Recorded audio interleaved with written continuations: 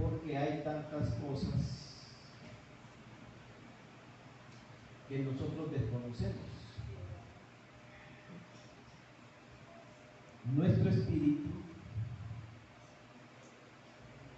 puede indagar en esas dimensiones profundas, espirituales, en las que usted con su mente no puede, sino que es a través del espíritu, porque dice que el espíritu todo lo escudriña, aún lo profundo de Dios. Y realmente debemos ser cautivados por el Señor para poder, decirlo así tal vez de esta manera, ya que la palabra está de moda, navegar en ese vasto universo espiritual. Dice la Biblia que nosotros fuimos elegidos en Él antes de la fundación del mundo, y que fuimos bendecidos con toda bendición espiritual en los lugares celestiales en Cristo. Amén. Pero usted no se acuerda nada de eso. A usted y a mí nos mandaron a la tierra, nos dieron un cuerpo en determinado momento y aquí estamos. Pero de todas esas bendiciones que allá el Señor nos dio, solamente es a través del Espíritu que usted puede regresar a esos momentos, a ese tiempo eterno donde Dios nos escogió. ¿Y para qué nos escogió? Dice, para que fuésemos santos y sin mancha, y de poder realizar un propósito para el cual fuimos enviados. Pero el propósito no se puede realizar si no somos santos y si no tenemos mancha. Amén. Así que el Evangelio es mucho más hermoso, mucho más glorioso de lo que usted y yo pensamos, de lo que usted y yo creamos. Porque dice que Cristo mismo, habiendo purificado, dice, no solamente nuestras vidas, sino los bienes eternos, entró de una vez y para siempre al tabernáculo mismo, al tabernáculo que está en el cielo. ¿Ya fue usted hoy ahí? ¿O está esperando morirse para llegar? Todas esas dimensiones las tenemos que conocer por el Espíritu. Pero nuestra mente, nuestra vida está tan enfocada en las cosas terrenales y materiales que usted no puede dedicar unas cuantas horas o un día a profundizar en Dios y poder ver cosas que ojo nunca vio, dice, y oído nunca escuchó. Y que esas cosas, dice, son las que suben a nuestro corazón, porque es otra dimensión. Es otra dimensión. El cielo no es un lugar. Así enseñaron los católicos, y así la trajo la enseñanza Martín Lutero en la Reforma. El cielo es una dimensión. Amén. Busque en su Biblia, en el Evangelio de Juan, capítulo 3 y versículo 13.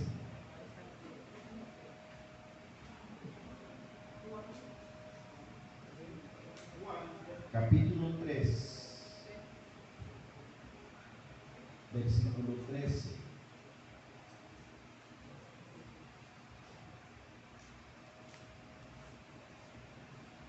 ¿Ya lo tiene? ¿Cómo dice? Nadie subió al cielo, sino el que descendió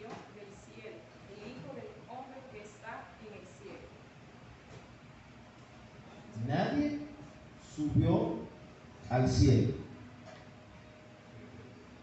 sino el que descendió del cielo, el Hijo del Hombre que está en el cielo. ¿Qué está diciendo el Señor? Estaba teniendo un diálogo con Nicodemo. Estaban en Jerusalén.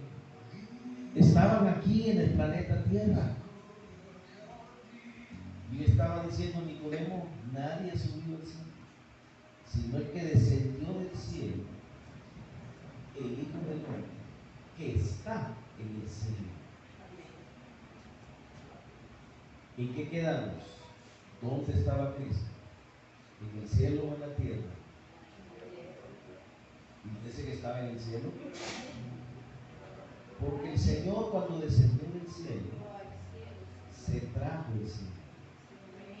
Porque el cielo no es un lugar, es una dimensión donde usted y yo tenemos que no solamente entrar, sino permanecer. Amén. Mire lo que dice unos versículos antes, en el versículo 3. ¿Qué dice?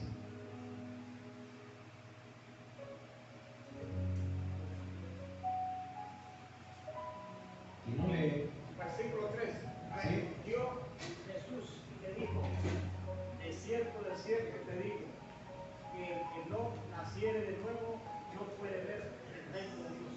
Aleluya. No puede ver el reino de Dios el que no naciere de nuevo. Fíjese, no puede ver el reino de Dios. Pero ¿qué dice el versículo 5?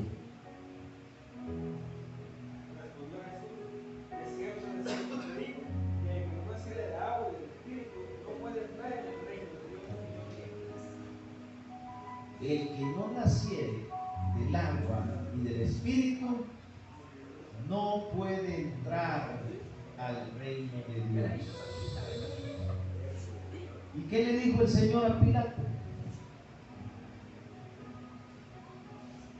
Mi reino no es de este mundo. Gloria a Cristo. Es otra dimensión. Pero usted puede ver, entrar en el reino y hacer las cosas que se hacen en el reino. Amén. Amén. Mateo 6:10, ¿qué dice?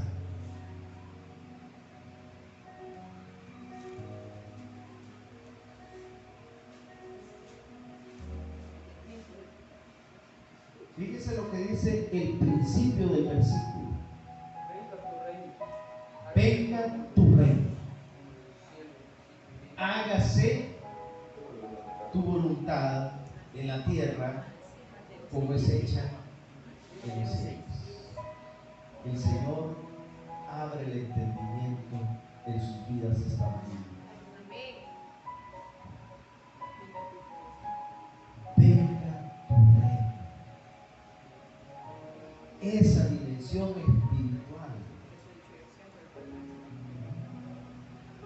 para poder ver y entender lo que sucede en esa esfera y traerla a la tierra, para que la voluntad de Dios que se echa en los cielos se haga también en la tierra.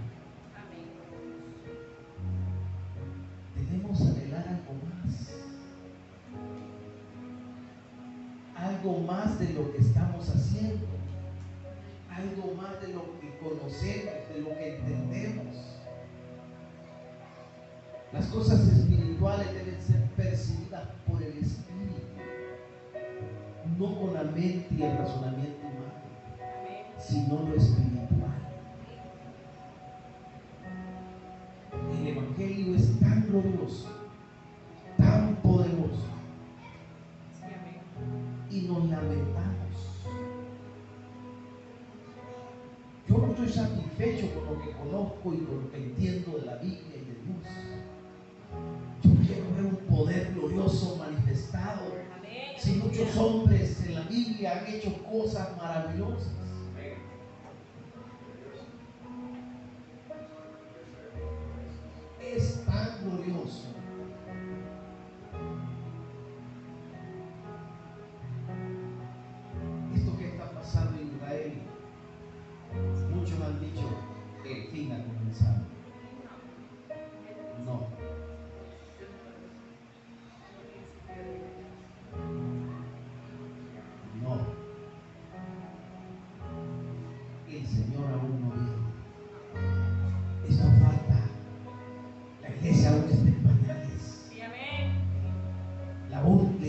todavía están peleando. Hermanitos que no han crecido y tienen 30, 40 años, aún viven peleando con otras iglesias. Eso no es el evangelio de Cristo. Falta recibir entendimiento glorioso para llevar a cabo planes grandes, poderosos. Dios está abriendo nuevas verdades en su palabra, de cosas espirituales que para muchos son nuevas. Son nuevas. Lea usted en el capítulo 28 del libro de los Hechos.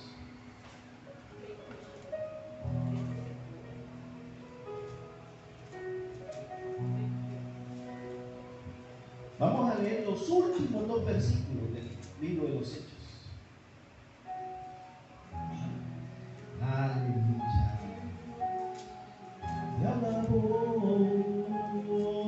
Te adoro, Señor. Tú eres grande. Ya lo tenemos.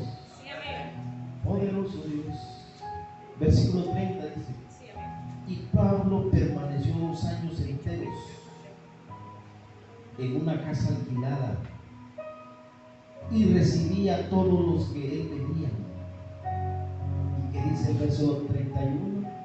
Predicando el reino de Dios y enseñando acerca del Señor Jesucristo abiertamente y sin impedimento. ¿Qué predicaba Pablo? El reino de Dios. ¿Está la iglesia de Cristo predicando el reino de Dios? Todo el centro de la predicación del Señor Jesús fue el reino de Dios. Hablamos del reino porque oímos del reino, pero ¿hemos visto el reino? Allá le dijo a Nicodemo: para ver el reino es necesario nacer de nuevo. Solo para verlo. ¿Ya naciste de nuevo? Billy Graham fue el que enseñó que cada persona reciba a Cristo y que haga la oración del pecador. Y desde entonces se volvió una regla. No dice la Escritura que Él nos escogió antes de la fundación del mundo. Él nos eligió, que fuimos conocidos para un propósito. ¿Por qué le tenemos que recibir? Porque era una señal de que se convertía al evangelio.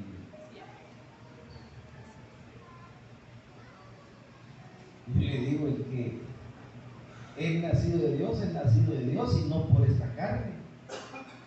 Porque si Él nos escogió antes, ¿por qué tiene que ser la oración del pecador? Cuando yo tenía 7 años, yo no era evangélico, estudiaba en un colegio católico. Y como a eso de las 9 de la mañana tocaban para que los niños, los chiquitillos, salieran a recreo. Allá andábamos jugando en un lugar que le dicen el hall, una sala grande, y enfrente está la iglesia de ahí de ese colegio. Y estaba la fila de muchachos grandes y muchachas yendo a recibir la hostia. Ellos le llaman la comunión. Y yo le dije a 2 compañeros: están dando la hostia. Yo no sabía nada de eso, hermanos. 7 años y nunca por cumplir. Y nos fuimos a meter y nos pusimos en la cola. Y ahí íbamos. Y el cura sacó el voladito blanco, ¿va? Como todos daban la vuelta y se iban a arrodillar a una banca, yo hice lo mismo. Uno pasaba aquí y el otro iba por otro lado. Pues mi amigo, el que iba de este lado, mi compañero, y cinco, yo no vi, pero él hizo eso, escupió la hostia. Entonces varios vieron, y donde vieron yo vi que estaba en el suelo. No le dio importancia, no había nada. Al finalizar la ceremonia esa, el cura lo llamó. Nos llamó a los otros dos que habíamos llegado. ¿Por qué botaste el cuerpo de Cristo? No me gustó, le dije. ¿Cómo que no te gustó? Le dije. ¿Qué no has hecho la primera comunión? No. ¿Y usted? ¿Y usted? ¿Qué es eso? No sé. Fue un escándalo en el colegio. Llamaron a la profesora que porque había dejado que nosotros entráramos a la iglesia y todo eso. Pero lo que le quiero decir, que aún desde pequeño yo fui atraído por las cosas religiosas, las cosas del espíritu. Uno en su entendimiento no sabe, pero se deja guiar. Y las películas de Jesús en aquel tiempo las daban solo en Semana Santa, miércoles, viernes, jueves y viernes. Y cuando crucificaban al Señor, yo era un mar de llanto. Y le decía a mi papá y a mi mamá que por qué no mataron, si él era bueno. Y ellos, como en su ignorancia, no me podían decir nada. No hiciera Dios, ¿por qué hicieron eso? Y yo me quedaba con aquellas interrogantes. Poco fue creciendo y fui. Entonces la iglesia evangélica acostumbrado. ¿Cuántos quieren recibir al Señor? Hay unos que son tocados en ese momento y otros que son convencidos. Se levantan, hagan una oración. No está mal, porque no está mal, pero sí le digo yo que necesitamos ser enseñados. Necesitamos que nos expliquen ciertas cosas. Pero el que es elegido es elegido. El que es escogido es escogido. Yo por eso le digo a la gente que Dios tiene muchos hijos allá afuera y muchas hijas. ¿Cómo se comunica Dios con ellos? Son mensajes. En el tiempo señalado por Dios, ellos van a venir. Hay gente que ella sola llega a las iglesias. Y hay gente que hay que llamarla, ¿verdad? Y traerla para que venga al pastor y guardián de las almas. Entonces Pablo dice que predicaba el reino de Dios. Yo le digo, ¿ya nació de nuevo? Es necesario, dice, nacer de nuevo para ver el reino. Ah, ya recibió a Cristo, ya nació de nuevo. Mentiras. Se va del culto, es cierto, hizo la oración, pero allá sigue siendo el mismo mentiroso, el mismo bocón, el mismo grosero, el gritón, el leonero, y a saber qué otras mañas. Y falsas enseñanzas que han invadido la iglesia cristiana terminan de crear una conciencia legalista. Y esa ley del efecto a veces los termina sacando de la iglesia. porque no soportan la acusación. Amén. Y Dios en ningún momento te acusa. Hay otros factores que hacen que la gente se prive de las bendiciones de Dios, de su presencia. Dijo un hermano una vez que cuando tú pecas el Espíritu Santo se va. El Espíritu Santo jamás se va a apartar de ti. Esta es una nueva dispensación que se llama la gracia. En el Antiguo Testamento el Espíritu Santo llegaba por momentos. Así es. Y en hombres que Dios corrigió sus faltas, Dios los dejaba un momento para que aprendiesen, pero jamás los olvidó. Entonces, cuando a alguien se le enseña que el Espíritu Santo se aparta de ti, la persona cae en una conciencia condenatoria. Amén. ¿Por qué? Comete un pecado. Ya no voy a la iglesia, ya no soy cristiano, ya no soy evangélico. Y el diablo le sigue tirando dardos y obediente él a las tinieblas se va. Y decide hacer cosas que no convienen porque el diablo lo que quiere es volverlo a tener cautivo. ¿Por qué? Porque le enseñaron que si él pecaba, sí se ofende, se contrista, sí, se contrista, se apaga. Pero es por las malas enseñanzas que te transmiten. Amén, aleluya. Es levadura. Sí, amén. Entonces, lo que Dios quiere es que seamos santos y sin mancha. Amén. ¿Qué pasa cuando un niño se ensucia? Los malos padres dicen, mono más chuco, ya vas a ver que me cuesta lavar, que no sé qué, y dicen a maldecir. No es así. Hay que enseñarle al niño que se limpie. Sí, amén. Hay que enseñarle al niño cómo debe lavarse.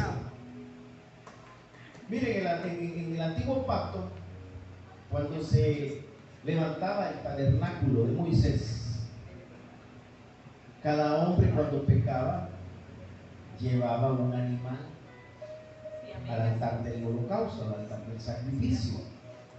Según era el pecado, la falta, así era el animal, así se Levíticos. Amén. Pero había unos pocos padres que lo que hacían era lo que hacía mi hermano William, traer a la niña. Y los niños aprenden. Y llevaba el papá con su hijo o su hija a llevar el corderito. Porque el niño empezaba a entender que si pecaba, Dios lo podía perdonar a través del derramamiento de sangre de un animalito. Y eso debemos de hacer los padres espirituales. Amén, aleluya. Pero si no somos padres espirituales, somos caciques de una congregación, no vamos a poder ministrar bien las vidas, las almas. Entonces, lo primero que se le debe enseñar al niño es que si alguno peca, abogado tiene para Aleluya. y que Él es fiel para perdonar nuestros pecados y limpiarnos de toda maldad. De la sangre de Cristo limpia nuestras conciencias, dice, de obras muertas, de pecados. Usted se siente acusado por un pecado, venga a pedir perdón y pida que la preciosa sangre de Cristo lo limpie, lo purifique, lo emblanquece. Entonces, es lo primero que deben de conocer los niños. Niños humanamente hablando y niños espirituales. Limpiando de toda maldad. Fíjese, acompáñeme a Primera de Juan. Ahí donde están todos los versículos que le acabo de recitar. Ajá. Juan capítulo 1, no el 2.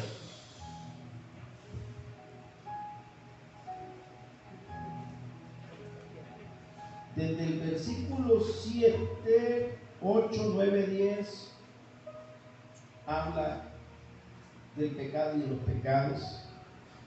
Y dice uno de dos: hijitos míos, de estas cosas os escribo para que no pequéis, y si alguno hubiera pecado, abogado tenemos para con el Padre, Jesucristo el justo.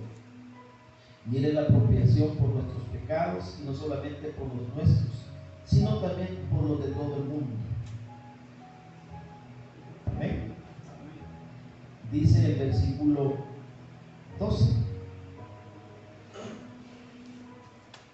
os escribo a vosotros, hijitos, porque vuestros pecados os han sido perdonados por su nombre. La palabra hijitos en hebreos es nepios, que quiere decir un niño. El verso 13 dice: os escribo a vosotros, padres. Ahí la palabra es pater, porque conocéis al que es desde el principio. Pero mire después lo que dice: os escribo a vosotros, jóvenes, porque habéis vencido al maligno. Está hablando de 3 edades: niños, jóvenes y padres. Niño en griego es nepios, joven es tecnón, y padres es pater, o la palabra huios, pero huios se refiere a un hijo maduro. Son 3 edades, pero lo primero que deben saber los niños es lo que dice ahí en el 12: os escribo a vosotros, hijitos, porque vuestros pecados han sido perdonados. Amén. Es la doctrina del perdón. Pues usted y yo estamos perdonados. Amén. Ahora vamos a hacer una pregunta: ¿cuántas clases de perdón hay? Y entrando en materia, ¿cuántas clases de perdón hay?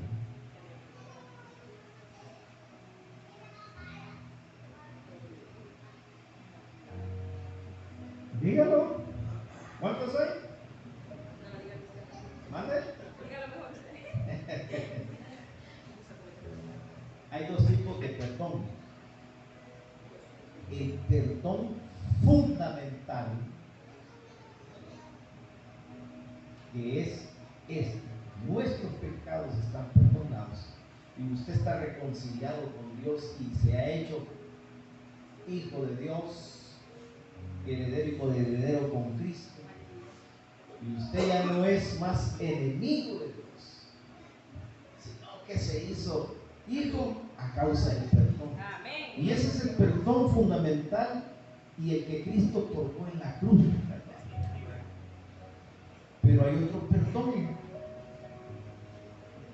Usted ya fue perdonado, y como perdonado, usted por su naturaleza humana, yo también, pecamos y ofendemos a Dios, ofendemos su honra, y por haber pecado interrumpimos la comunión con el Padre, interrumpimos el proceso de santificación,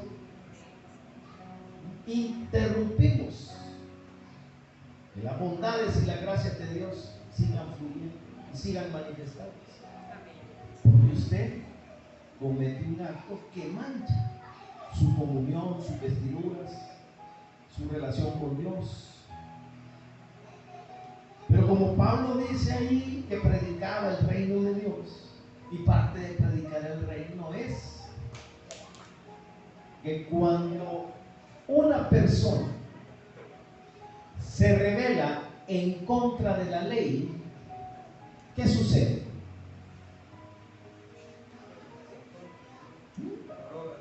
¿Sí? No, abrogar es dejarla sin efecto, pero cuando alguien se rebela ante un mandamiento, ante un precepto, ante un decreto, ante una ley humana, Debe morir. hay una sanción. Usted hizo esto, o no le dice usted a su hijo, pues, no vayas a moverte de aquí. Como me desobedeciste, una sanción. Algunos el cinchazo, el pescozón y otros el jalón de pelo. Hay una sanción. Ahora, ¿qué pasa en el reino de Dios cuando usted transgrede una ley, un mandamiento?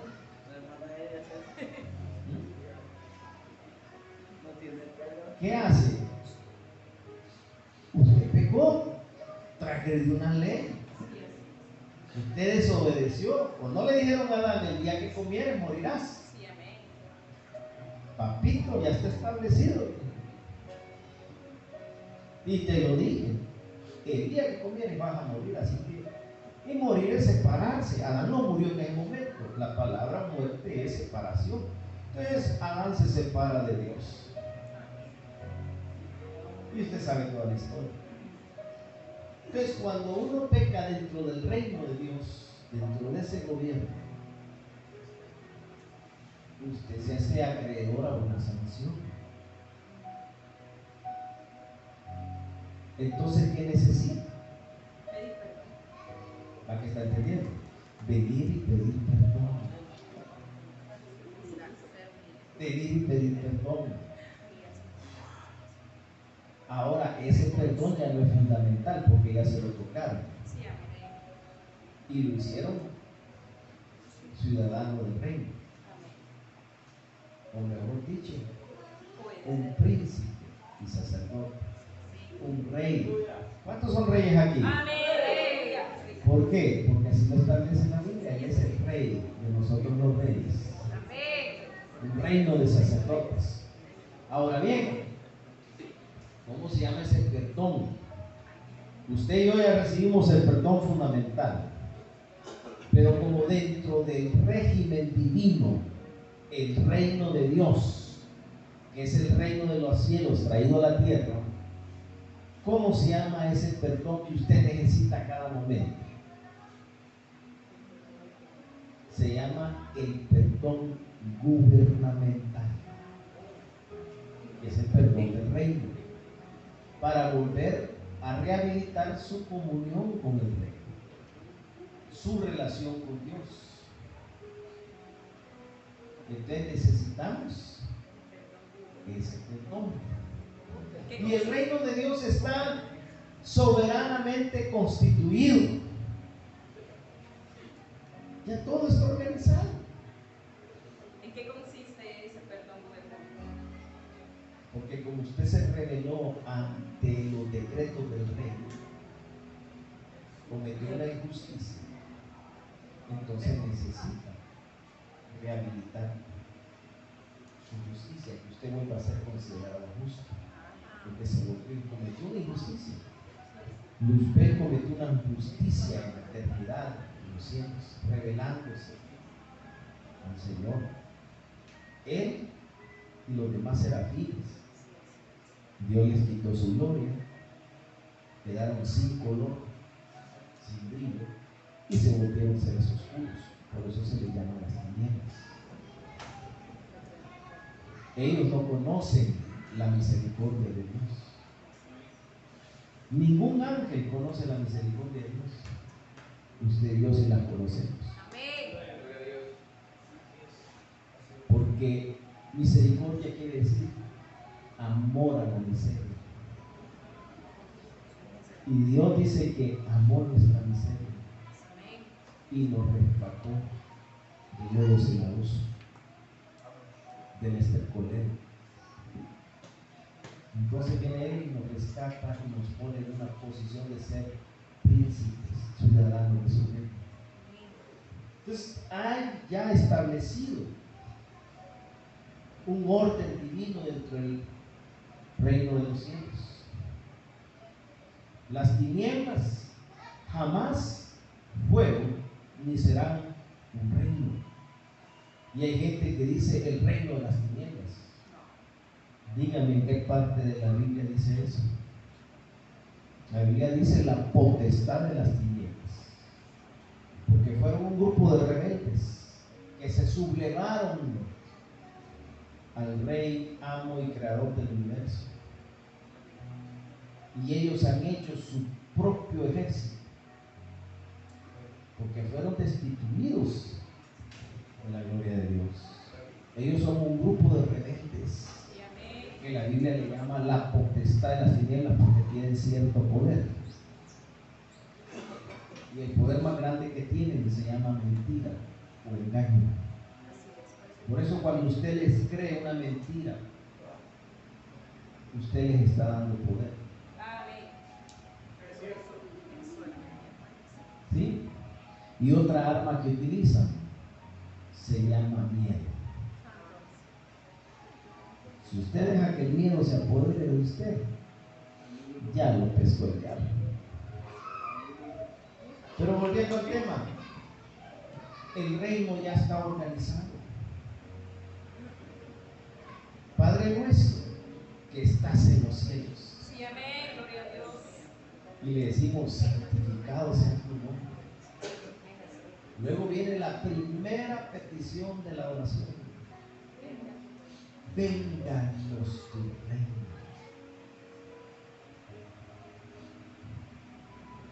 Para que las tinieblas se aparten y venga la luz, reino de la luz. Vénganos tu reino. Que tu voluntad que es hecha en los cielos sea también hecha en la tierra. Amén, gloria a Dios. Porque lo único justo aquí en la tierra es la voluntad de Dios. Amén. Cuando usted camina en la voluntad de Dios, a usted le están imputando justicia. Fundamentalmente nos impartieron justicia por la sustitución de Cristo por nosotros.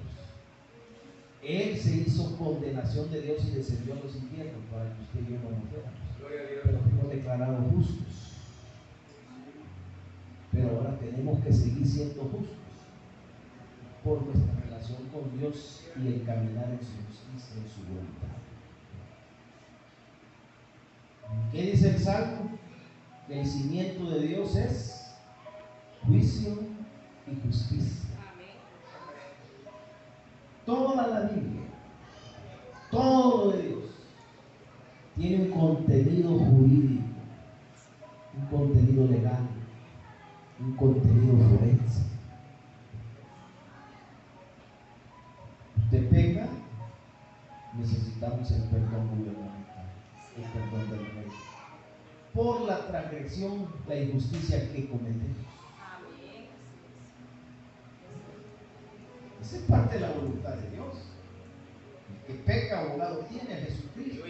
Y si confesáis vuestros pecados, Él es fiel y justo para perdonar. Entonces usted está haciendo justicia, porque se está acogiendo a un decreto divino.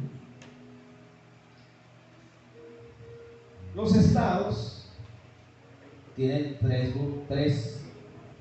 poderes, hoy le llaman órganos: Sí, ya sé. el ejecutivo, el legislativo y el judicial. Amén. Amén. El ejecutivo es el que ejecuta las leyes, las órdenes, las ordenanzas. ¿Quién es el órgano ejecutivo?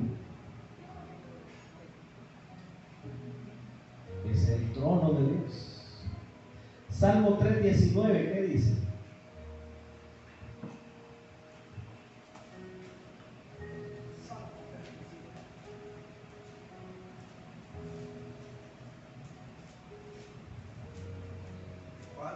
Salmo 103, 19 y 20.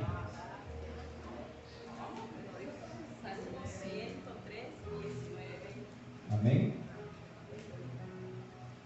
Jehová estableció en los cielos su trono. Oiga, ejecutivo. Y su reino domina sobre todos. Oiga, Qué precioso. Bendecid a Jehová vosotros sus ángeles, poderosos en fortaleza, que ejecutáis su palabra. Oiga, que ejecutáis su palabra a la voz de su... Obedeciendo a la voz de su precepto. Amén. Por eso el centurión, ¿se acuerdan del pasaje?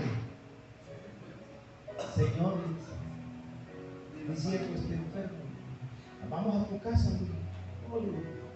No soy digno que entres a mi casa, pero solo di tu palabra, solo di tu palabra y mi siervo sanará.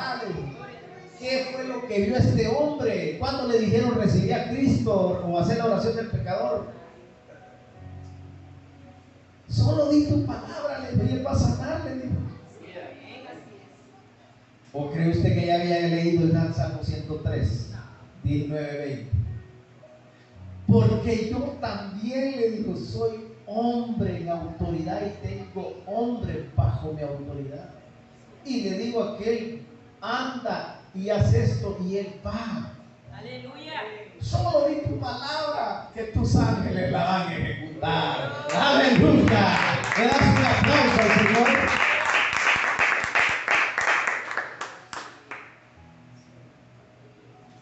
Yo quiero eso. ¿Es en mi cabeza?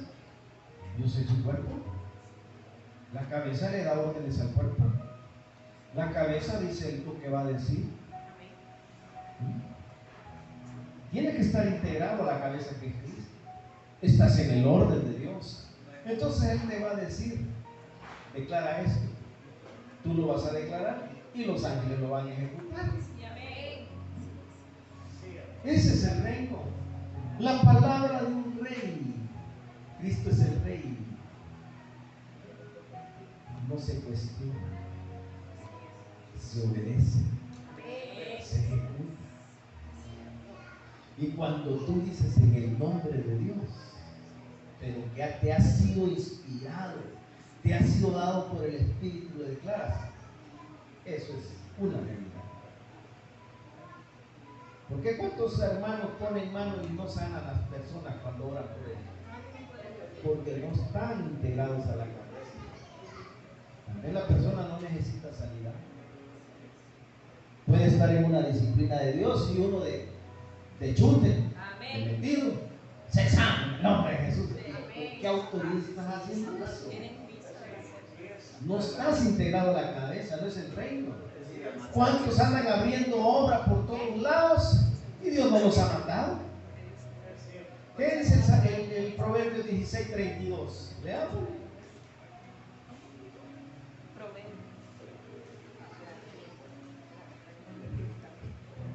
Estoy hablando de versículos de reino. Mejor es el que tarde en airarse que el fuerte, y el que se enseñorea de su espíritu que el que toma una ciudad. Oiga, mejor el que se enseñorea de su espíritu, no lo dominan los sentimientos, la ira, la rabia, los celos, la amargura. No lo dominan las emociones, sino que lo gobierna el Señor. Se enseñorea de su espíritu, el que conquista una ciudad. Y ahí andan un montón predicando y queriendo ganar Santana para Cristo, y en la casa no los aguantan. Ya viene este otra vez. Hasta el chucho sale a esconderse, porque ni el chucho lo quiere. Unos grandes desordenados. ¿Y cómo Dios va a estar en ese orden? Dios, Él respalda su palabra. Y cuando hay necesidad, Él se manifiesta. Ahora, ¿qué ocupan los albañiles para construir un edificio? Levantar una pared. Agarran el ladrillo, le tiran mezcla y lo tiran. No. ¿Qué usan, hermano? Aparte de la cuchara para subir, usan andamios. Ahora, la Biblia dice que nosotros somos edificio, labranza de Dios. edificio de piedra viva, pues. ¿Tú quieres ser parte del edificio o quieres ser solamente usado por Dios? Porque el edificio tiene un orden y va a plomo. Están alineadas las paredes para que el techo y todo el edificio no se caiga. Yo ahí veo los puentes que están construyendo en los pasos a desnivel, y cómo se tardan, porque es grande y peso que tienen todas esas cosas. Y veo que están separados unos rieles con otros y cada uno tiene su medida exacta. ¿Cómo harán? Digo yo, los ingenieros son los para que no se caigan ni soporten tanta peso y no sucumban al momento que pasan los carros. ¿Cómo harán? Entonces, ¿quieres ser parte del edificio o quieres ser solamente usado por Dios? Porque los ladrillos son parte del edificio. La mezcla, la arena, el hierro, las columnas son parte del edificio. Pero los andamios, el andamio una vez se usó, ya no se volvió a ocupar. Aún la cuchara, el colador donde se cuela la madera, las cubetas, allá se la llevan, o vemos una cuchara ahí metida. Entonces algunos cristianos solamente van a ser usados como los andamios, después no van a ser parte del edificio. ¿Tú qué quieres ser? Parte del edificio. Y ese edificio debe soportar la gloria de Dios. Amén. El reino ya está organizado. Ya vimos el poder ejecutivo. El poder legislativo ya está también establecido por Moisés, que es el Espíritu Santo quien escribió las leyes. Y el poder judicial, ¿dónde está? ¿Quién tiene el poder judicial?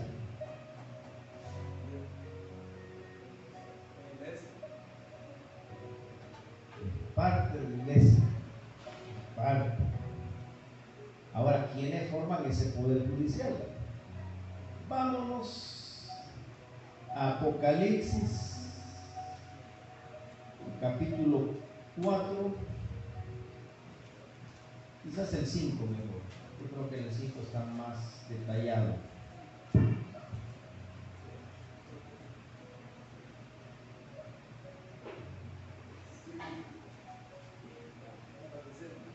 Amén. Pero quiero que leamos el 1 y el 2. El 1 nada más. Y el 2. Porque quiero que vea esto a raíz de un versículo que leímos anteriormente. Después de esto miré, y aquí una puerta abierta en el cielo. Y la primera voz que oí como de trompeta, hablando conmigo, dijo: sube acá, y yo te mostraré las cosas que sucederán después de estas. Y al instante yo estaba en el Espíritu, y he aquí un trono establecido en el cielo, y en el trono uno sentado. Jesús le dijo a Nicodemo: nadie ha subido al cielo, sino el que descendió, y el Hijo del Hombre que está en el cielo. Pero a Juan le dijeron: sube acá. Y a Pablo también se lo llevaron al tercer cielo. Dice que vio cosas inexplicables. A Juan le dijeron: sube acá. A partir de la ascensión de Cristo, todo ser humano que Dios quiere mostrárselo, lo sube al cielo. Ya tenemos entrada, libre acceso. Y estaba en el Espíritu, dice, y empezó a ver. Qué lindo es eso, llegar a esa dimensión de poder tener los ojos espirituales abiertos y ver un montón de cosas que como el ojo humano no se ve. Empezar a orar y que Dios nos lleve al tercer cielo a ver esas dimensiones gloriosas y hermosas. Pero dice que empezó a ver y vio un trono, dice, y en el trono uno sentado. Veamos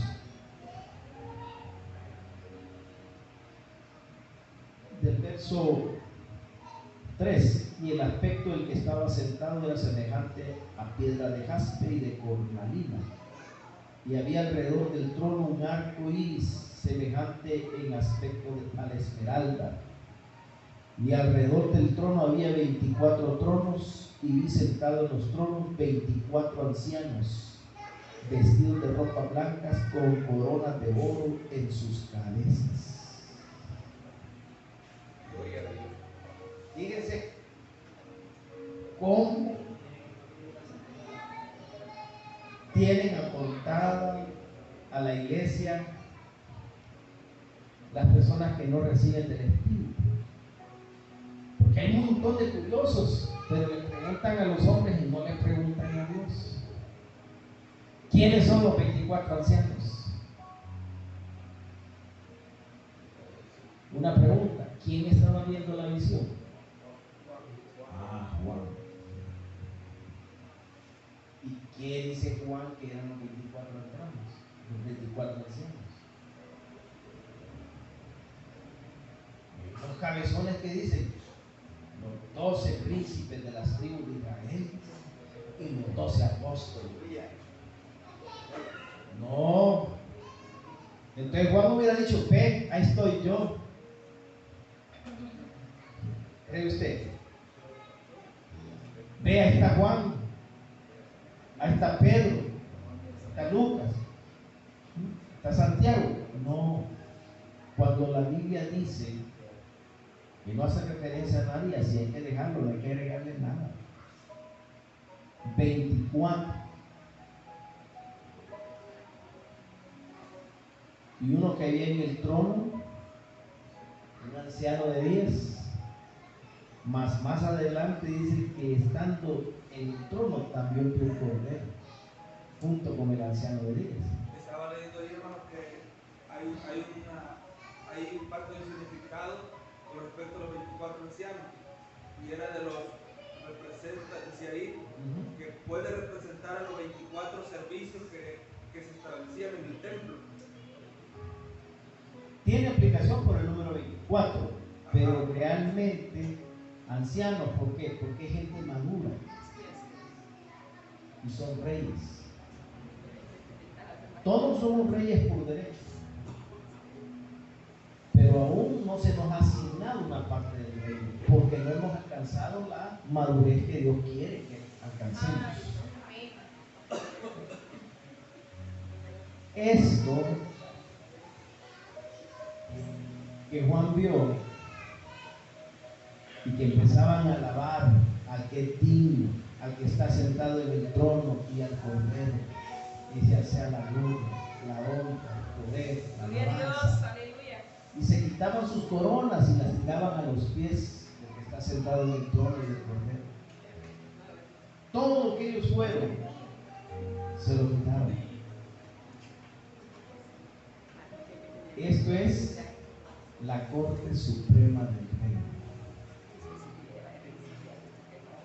Mientras ellos adoraban, y usted lee todo el Apocalipsis, empezaban a decretar juicios en la tierra. Las 7 copas, las 7 trompetas, los 7 sellos, y era enjuiciada la gran ramera, la Babilonia. Ese es un diseño divino que debemos de traer a la tierra para ejecutar los juicios a la gran ramera del presente. Así es. La Corte Suprema del Reino se encarga de aplicar justicia. Aplicar justicia. Pero también, como tú eres ciudadano del reino y eres merecedor de la justicia del reino, también tú y yo podemos acercarnos a este tribunal de gloria. Porque a veces se convierte el tribunal de las apelaciones. Ya te explico, solo acompáñame a Hechos, capítulo 25.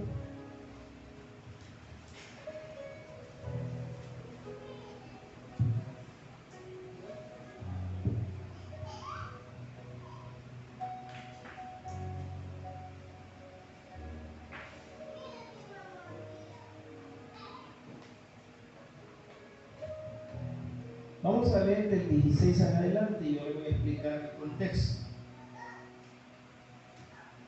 A estos respondí. Está hablando Festo, el gobernador de Roma, que no es costumbre de los romanos entregar a alguno a la muerte antes que el acusado tenga delante a sus acusadores y pueda defenderse de la acusación. Así que, habiendo venido ellos justos acá, sin ninguna dilación, el día siguiente, sentado en el tribunal, mandó traer al hombre. El hombre era Pablo. Y estando presentes los acusadores, ningún cargo presentaron de los que yo sospechaba, sino que tenían contra él ciertas cuestiones acerca de su religión y de un cierto Jesús ya muerto, el que Pablo afirmaba estar vivo. Yo, dudando en cuestión semejante, le pregunté si quería ir a Jerusalén y allá ser juzgado de estas cosas. Mas como Pablo, ¿qué dice ahí? Apeló para que se le reservase para el conocimiento de Augusto, mandé que le custodiasen hasta que le enviara yo a César. Entonces Agripa dijo a Festo: yo también quisiera oír a este hombre. Y él le dijo: mañana le oirás. Al otro día vinieron Agripa y Berenice con mucha pompa, y entrando en la audiencia, con los tribunos y principales hombres de la ciudad, por mandato de Festo fue traído Pablo. Entonces Festo dijo: Rey Agripa, y todos los varones que estáis aquí juntos con nosotros, aquí tenéis a este hombre, respecto del cual toda la multitud de los judíos me ha demandado en Jerusalén, y aquí dando voces que no debe vivir más. Esa es la orquesta del diablo. Usted y yo no debemos de vivir, porque usted es un estorbo para los planes de Satanás. Amén. Pero bien, versículo 25, hallando que ninguna cosa digna de muerte ha hecho, y como él mismo apeló al gusto, he determinado enviarle a él. Como no tengo cosa cierta que escribir a mi Señor, le he traído ante vosotros, y mayormente a ti, oh rey Agripa, para que después de examinarle tenga yo que escribir. Porque me parece fuera de razón enviar un preso y no informar de los cargos que hay en su contra. A Pablo le iban a dejar ir, no le dieron nada, está limpio, pero lo tenían prisionero. Y vino Pablo y dijo: quiero salir aún más limpio y que la máxima autoridad me lo declare. Así que apelo ante el César, ante el máximo tribunal de justicia que había en Roma. Era César, el emperador. Había un tribunal, hicieron una audiencia, había acusadores, y los acusadores, como los de aquí, la mayoría, no señalan nada de lo que han hecho los inocentes. Pero inocente lo hay inocente. Ahora, ¿quiénes son los acusadores? ¿Quién? ¿Quién? Vámonos a Apocalipsis 12. Le digo a usted que usted tiene el perdón fundamental, pero cuando usted peca, o no ha oído que se le acerca y le dice: mira lo que hiciste, y crees que así Dios te va a bendecir. Así es. Tamaño pecado que te echaste. ¿Y para qué vas a ir a la iglesia? ¿Para qué vas a ir a la iglesia? Y usted dice, sí, verdad, mejor no voy. ¿Vos crees que así todo chuco, lleno de pecado, Dios te va a escuchar? ¿Crees que Dios te va a visitar? Y usted de cuerudo me viene, véngase. Pero no tiene ganas de levantar las manos. Ay, Señor, están sucios. Perdóname, Señor. Pero todavía como está aprendiendo a cómo pedir perdón gubernamental, viene el enemigo y lo acusa. Y algunos se los lleva fuera de la iglesia. Los saca fuera de la iglesia y ya no llegan. No, dice, para ser cristiano mucho cuesta. Pues no le hagan caso al diablo. Ahora, Apocalipsis 12,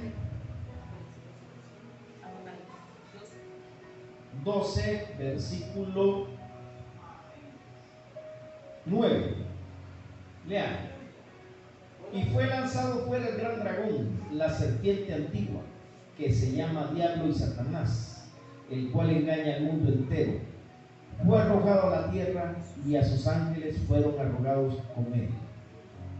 Entonces oí una voz del cielo que decía: ahora ha venido la salvación, el poder y el reino de nuestro Dios y la autoridad de Jesucristo, porque ha sido lanzado fuera, ¿quién? El acusador de nuestros hermanos, el que los acusa delante de nuestro Dios día y noche. Por lo tanto, no es el Espíritu Santo quien lo acusa. El Espíritu Santo le va a decir: no se aparta, pero le va a decir: levántate, ponte a cuentas, regresa a la iglesia, pide perdón, mira que hay sangre que te limpia, Dios está presto para perdonarte, para bendecirte, levántate. Y hay algunos que no quieren escuchar esa voz, pero el mismo Espíritu que no se apartó le está diciendo: vuelve, regresa. Él mismo lo trae de nuevo aquí. Amén. Entonces, usted necesita el perdón gubernamental y usted viene y pide perdón. Pero de repente usted empieza a sentir un sopapo por un lado, otro sopapo por otro lado, que lo hacen levantado por un lado, lo hacen por otro, lo tiran al suelo y usted no ve ni una. Más cuando le empieza a servir al Señor, oposición tras oposición, tropiezo tras tropiezo. Y de repente el enemigo empieza a atacarlo.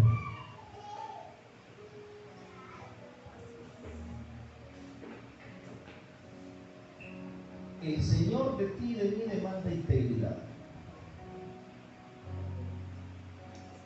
Y el enemigo, cuando no ve que eres íntegro, ay, ¿para dónde vas? Te dice: no, si no andas bien con Dios. Y empieza a pegarle las pescosadas y que lo tirar en el suelo. Uno de nuestros capellanes fue agredido de muerte. Sacó a pasear su perrito a las 5 de la mañana y el perrito le fue por atrás, y cuando estaba atrás vio a otro perro y dijo el quinto el perro, y con la cadena le levantó los pies como que le hicieron cutacanira. ¡Bum! Y donde cayó se golpeó la cabeza con una piedra. Ahí estuvo tirado en el suelo hasta que el perro regresó a la casa, vio a la esposa que no llegaba y se acercó a platicar con alguien. Cuando llegó a la esquina lo vio tirado en el suelo, todo ensangrentado. Ese hombre en esos días estaba siendo usado por Dios. ¿Por qué se le levantó el enemigo así? si fue lo primero.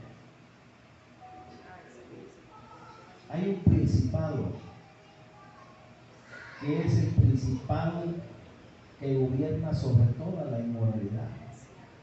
Es el encargado de destruir el sistema de valores de todas las sociedades y de corromper la conciencia del hombre. Y como capellanes se nos había destinado un proyecto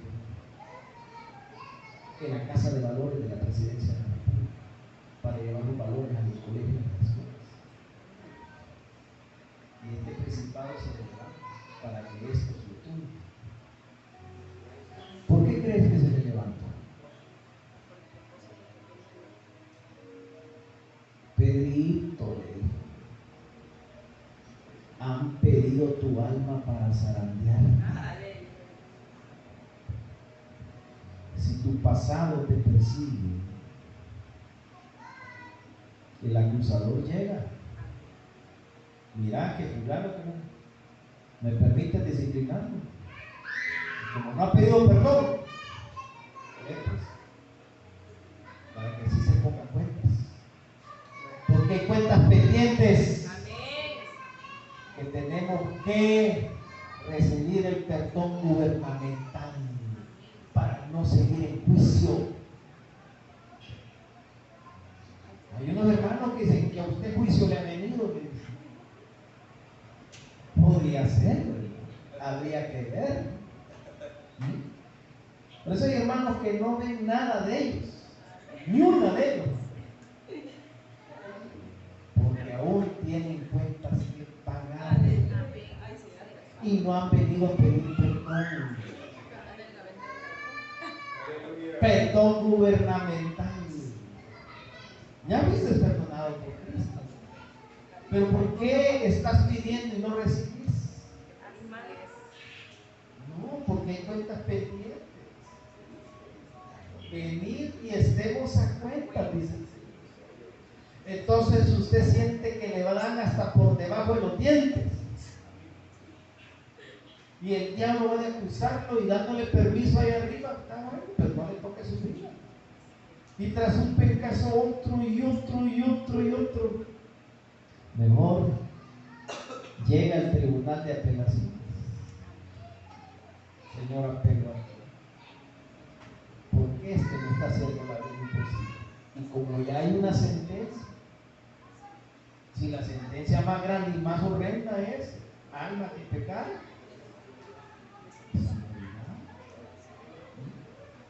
pero ya decía también en la ley que el que robara había que cortarle la mano para que no volviera a robar. Y tú te rebuscas para ver cómo consigues un dinero porque necesitas para eso y para lo otro. Y no hay manera de cómo conseguir ese dinero que espiritualmente te ha cortado la mano, hermano. Y no puedes sostener nada. Y no te has dado cuenta porque a saber a quién te fraudaste, a quién le robaste. Aquel que cometía adulterio, muerte de santo, a pedradas. Y hay un adulterio que se comete en la carne. Y hay otro adulterio que se comete en el espíritu. O almas adúlteras. ¿No sabéis que la amistad con el mundo es enemistad con Dios?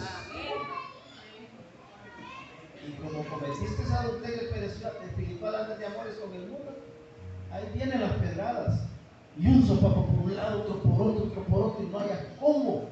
Señor, las pobres. Se puede hacer adulterio con el mundo. Y si andas en adulterio con la carne, peor todavía. Porque ahí ya no solo participa tu espíritu, ahí participa tu espíritu, tu alma y tu cuerpo. Y es peor la sentencia. Entonces, en nuestros momentos de oración, de comunión con el Señor, es de decirle, como decía David, escudriña, oh Dios, mi corazón. ¿Y qué es lo que hice antes? Y por lo cual no puedo tener paz. Por lo cual no he pedido perdón. Yo apelo, Señor, La apelación se vuelve un recurso para que se imparta una verdadera justicia. Señor, tú pagaste por ese pecado, pero me estás haciendo pagar por el mío. Hay consecuencias aquí. Necesito apelar ante el tribunal del cielo. Y ahí se van a abrir los libros y los magistrados, que son los ancianos, van a empezar a leer. Ah, sí, dice, por esta y por esta razón él está así. Él no fue instruido de niño. Así que el pecado no es de él, es de sus padres. Así que vamos a revocar la sentencia que el diablo le ha dado. Tal vez no la cambian de culpable e inocente, pero sí te van a dar menos sanciones. Tenías 15 años, te van a dar solo 2. Solo vas a pasar unos cuantos golpecitos y de ahí otra vez. Y el Señor envía a sus ángeles y a veces azota a los otros. Hagan esto, hagan lo otro, pero no les toquen su vida. ¿Cuántos tenemos problemas de salud y no hemos recibido sanidad? Que hay en nuestro espíritu, por nuestro pasado, el pasado de nuestros padres. Necesitamos apelar a Dios y realmente Él nos revele qué es lo que está pasando. Porque hay ese bloqueo, porque este es ese impedimento y no podemos recibir sanidad. Porque no podemos recibir la petición que le estamos haciendo al Señor. ¿Cuántos queremos casa? ¿Cuántos queremos dinero? Dice Deuteronomio 8 que en Él está el poder de hacer la riqueza. Y ya nos vinieron a decir que la pobreza es un arma que las tinieblas utilizan para que el reino de Cristo no se expanda. Porque es cierto, sin dinero no se hace nada. Y por lo tanto debemos de ser prósperos, tener una mente de abundancia, una mente de reino. ¿Tú crees que un rey se preocupa por pagar un recibo? Ya está asignado. Tú estás en la voluntad de Dios, estás en el propósito, ahí está la provisión divina. Pero si tú te apartas de eso o no estás en eso, ahí vives viendo a ver cómo consigues para comer o para irte en el bus. ¿Por qué? Porque no estás en el propósito de Dios. Ya está la provisión. Ahora, ¿qué tanta madurez tenemos para poder administrar bien los recursos de Dios? Porque a un niño no le vas a dar $100. En el momentito lo rompe o lo mancha. O se lo da otro. ¿Qué hiciste con eso? Viene Dios y te da una responsabilidad y no la cumples. Te da un premio, te da un galardón. ¿Qué hiciste en ese talento? Como yo no sabía cómo usarse, no lo dejé ahí, lo abandoné. Dios no te va a dar algo si no tienes la madurez. Si no has confesado un pecado viejo de tu pasado, Dios no te puede bendecir tampoco, no te puede dar nada. Porque vas a seguir en eso. Eso solamente está ahí oculto. Pero al tener la oportunidad, vuelve a la luz, vuelve a manifestarse.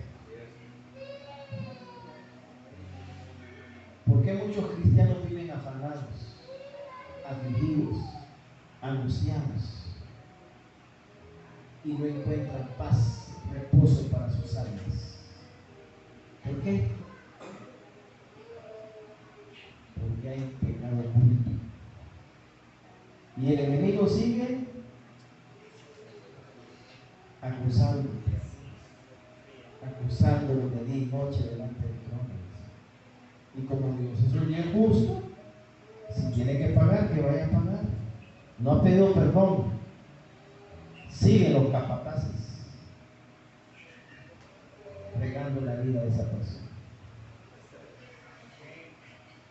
Hoy es un momento, un tiempo de ponernos a cuenta con Dios. Tal vez tú y yo en estos últimos años hemos vivido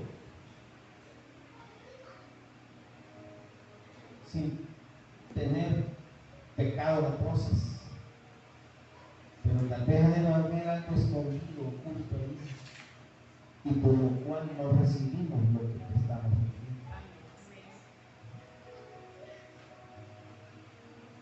En los momentos que tenemos de comunión con Dios a solas conmigo, preguntarle qué es lo que hay, que tenemos ahí en nuestro espíritu, ya sea por nuestra culpa o por la culpa de nuestros padres. Dice que Dios perdona la iniquidad y los pecados. La iniquidad es lo que traemos heredados y que tenemos tendencias a eso, y en eso nos deteamos. Pero no nos puede revelar, porque Él, que es omnisciente, que está presente en todas partes y en todos los tiempos. ¿Qué hicieron nuestros abuelos? Él lo vio, ahí estuvo. ¿Qué hicieron nuestros tatarabuelos? Y por lo cual ellos no pidieron perdón, y viene esa maldición, esa iniquidad. Él puede mostrarnos, revelarnos y pedir perdón, y apelar ante esa sentencia que ellos recibieron, porque dice que castiga la maldad tercera y cuarta generación. Mira la sentencia. La sentencia va hasta el castigo en tercera y cuarta generación. ¿Cuántos de nuestros abuelos, padres, bisabuelos, tatarabuelos practicaban la brujería, la hechicería? ¿Cuántos fueron violentos? ¿O fueron inmorales? 2, 3, 5, 10 mujeres. Y hermanos con ese problema, porque lo traen heredado. Y por lo cual no tienen reposo, sino que más problemas, más problemas, más problemas. Y Dios hablando de si no hay manera cómo se pongan las cuentas. Ve que necesitamos el perdón gubernamental para poder vivir en libertad dentro del reino y poder vivir con toda bendición espiritual, material y económica. Porque le digo, si el Señor nos está organizando como una misión, ya no solo necesitamos carros, vamos a necesitar picas, microbuses. Sí, amén. Y lo que está orando el hermano Antonio, que el Señor levante obreros, líderes, porque los poquitos que vemos ahorita no alcanzamos a cubrir las necesidades que hay. Y el Señor nos manda arriba otro templo. Ven que hoy en la tarde, después de acá, me han invitado de la Texas y está el hermano Francisco que allá nos visita. Anduvo en el viaje de Esquipulas también. Me quiere llevar para allá en la tarde. Bueno, el Señor vaya. Bueno, ya está allá, ¿verdad? Que nos lleve a hacer su obra. Pero sí necesitamos enseñar acerca del perdón. El perdón fundamental que lo tenemos todos. Hay gente que no viene a la iglesia, pero está perdonada, pero está bajo el poder de Satanás. Pero los que venimos a la iglesia a buscar más de Dios, a conocerle más, a buscar de sus planes y de sus propósitos, no estamos exentos de cometer pecado. Y a saber cuánto cometimos en la anterioridad. Yo a veces estoy queriéndome dormir o viendo tele o estoy meditando y de repente, ¡bum!, una escena de las muy feas que cometí delante de él. Y lo que hago inmediatamente, Señor, te pido perdón por eso. Me arrepiento. Y si hay una sentencia en contra de mí, por eso no recibo tu bendición, por cuadrado, apelo ante el tribunal del cielo, para que esa sentencia sea revocada. O si es totalmente injusta, sea totalmente anulada. Aleluya, gloria a Dios. Tu sangre sea rociada sobre mi espíritu, sobre mi alma y sobre mi cuerpo. Mire, hermano, tocaba que pedir perdón por muchas cosas. Y Él sigue trayendo. Y sigo poniéndome en cuenta cada vez más.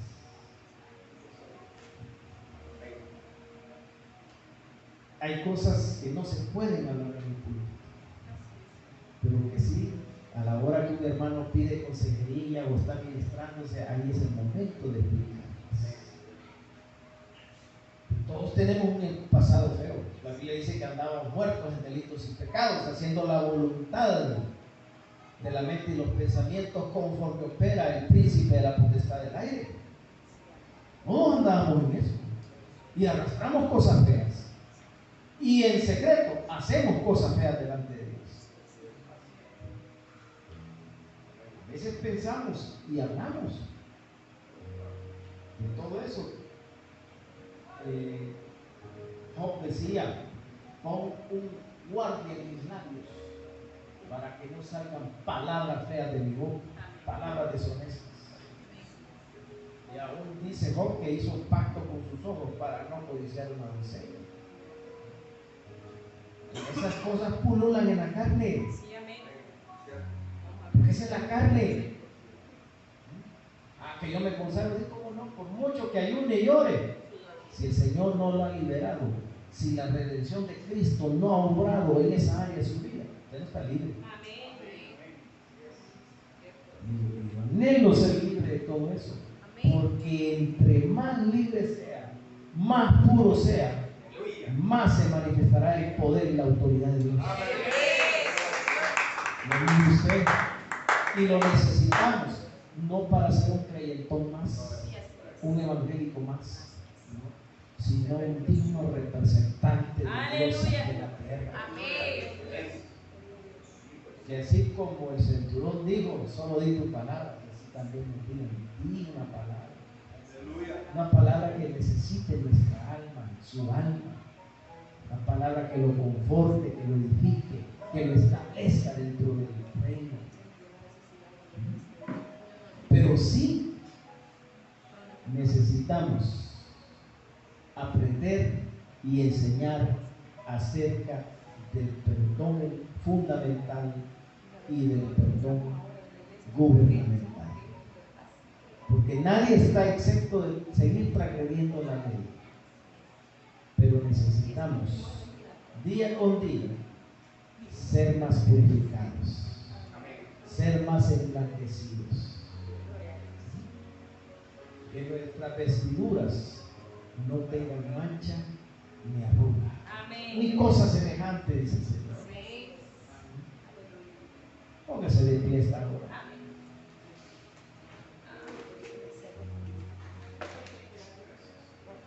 Y digámosle a nuestro Dios que si tú no tienes el anhelo, que hoy, Señor, ponga esos anhelos de ser cada día más agradables, más aceptos a su presencia, que no tenga nada el enemigo de donde agarrarse. El Señor Jesús dijo: viene el juicio de este mundo, viene el príncipe de este mundo, y él nada tiene miedo. Que esa pueda ser nuestra declaración. Que el príncipe de este mundo no tenga nada de donde agarrarse en nosotros, para que no nos jineteen y nos zaranteen. Que esta mañana, Señor, tu pueblo aquí presente y los que no han venido, Señor, que por el Espíritu reciban esta palabra, Señor. En el nombre maravilloso de Jesús. Que podamos vivir y caminar en tus planes, en tus propósitos divinos y eternos, Señor. Y ser hallados fieles, limpios, sin manchas, sin arrugas, sin ninguna contaminación. Y comenzando por mí, Señor, que podamos tener esa revelación, ese entendimiento de lo que aún no te hemos pedido perdón, Señor. Y que al momento de traer esa revelación, esa luz, podamos recibir todo el arrepentimiento genuino, Señor, para convertirnos de esa maldad, de esa injusticia, de ese pecado, y pedirte perdón, Señor, y poder vivir y caminar con el perdón del reino, Señor, ese perdón gubernamental. Y si es posible pedir, presentar una apelación ante ti para que el enemigo ya no tenga más de dónde acusarnos, ni de dónde, Señor, zarandear nuestras vidas. Por si Él llega, Señor, ante ti y te dice que has pedido nuestra alma para zarandearnos, que tú le puedas decir: no hay culpa en él, no hay reproche en ella, lo veo justo, no solo por la sangre de mi Hijo Jesucristo, sino porque camina en mi voluntad. Pone por obra mi voluntad, pone por obra mi palabra. Así que no, Satanás, perdiste el juicio. Dice la Escritura que si el juicio de Dios comienza por su casa, después seguirá por los impíos y pecadores. Así que no te extrañes de por qué el juicio haya comenzado en nuestras casas o en las casas de nuestros hermanos y hermanas, pero es porque hay algo que no está a cuenta con Dios. Pero hoy tú has recibido entendimiento, has recibido revelación acerca del perdón fundamental y el perdón gubernamental. Y no te olvides que si alguno peca, abogado tiene para con Jesucristo. Abogado tiene para con el Padre, a Jesucristo. Oh, aleluya. Oh, Ramaya, Rakitara, la Bajanda, la Marabasti. Oh, bendito Jesús. La Marabayanda, la Marabasti. Muévete, Señor.